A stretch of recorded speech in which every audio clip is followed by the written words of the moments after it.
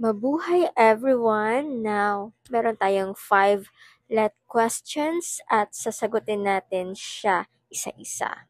But before that, paki-subscribe muna ang ating YouTube channel para always kayong updated sa mga panibagong videos natin.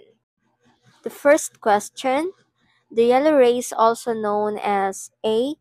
Caucasians, B. Mongoloids, C. Negroids, D. Malays. The correct answer is letter B, Mongoloids. The yellow race is commonly referred to as Mongoloids. This classification is based on traditional racial categories which have been widely criticized for their lack of scientific validity and potential to perpetuate harmful stereotypes. Now, next question naman tayo.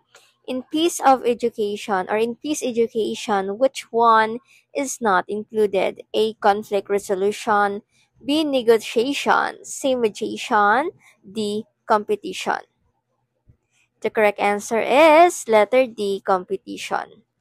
Peace education often focuses on promoting nonviolent conflict resolution, negotiation skills, and mediation to foster understanding, empathy, and cooperation, rather than encouraging competition, which can sometimes lead to conflict and division. Okay, so ready na sa ating next na question? The proponent of the Philippine Educational Theatres Association or the PETA, known for pioneering play production for the masses is blank. Sino siya? A. Pura Castrins, B. Cecil Alvarez, C. Carmen Napkil, D. Nati Rogers. Sino siya? The correct answer is letter B, Cecil Alvarez. Cecil Guidotti Alvarez is the recognized founder of the Philippine Educational Theatre Association, or also known as the PETA. She established PETA with a vision of using theater to engage with society and promote positive change.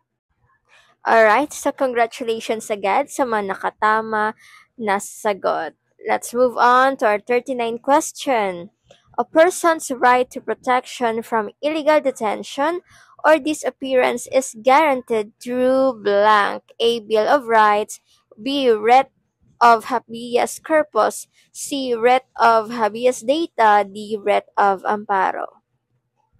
The correct answer is letter B, writ of habeas corpus. Habeas corpus literally means you shall have the body and is a legal procedure that allows someone to challenge the legality of their detention by bringing their detainer before a court. Let's go sa ating last na question at ang ating panghuling question ay sasagutan ninyo, dear teachers. Number 40. To assess whether an action is morally right or wrong, one must study blank. A. Sinfulness, B. Morality, C. Virtue, D. Character. Paki-comment po sa baba ang inyong napupusuan or sa tingin nyo tama na sagot. Comment down below!